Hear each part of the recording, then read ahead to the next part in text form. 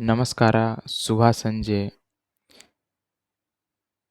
ನನ್ನ ಹೆಸರು ಸುಜಿತ್ ಕುಮಾರ. ನನಗೆ 24 ವರ್ಷ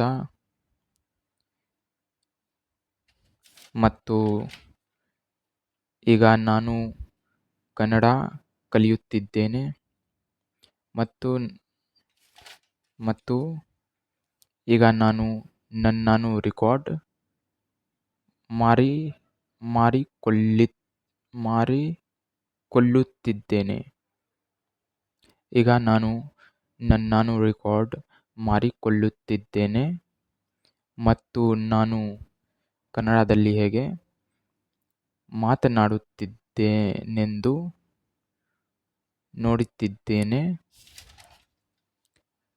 ನನ್ನನ್ನು ಮತ್ತು ನನ್ನ ವಿಡಿಯೋವನ್ನು ವೀಕ್ಷಿಸಿದ್ದಕ್ಕಾಗಿ ಧನ್ಯವಾದಗಳು.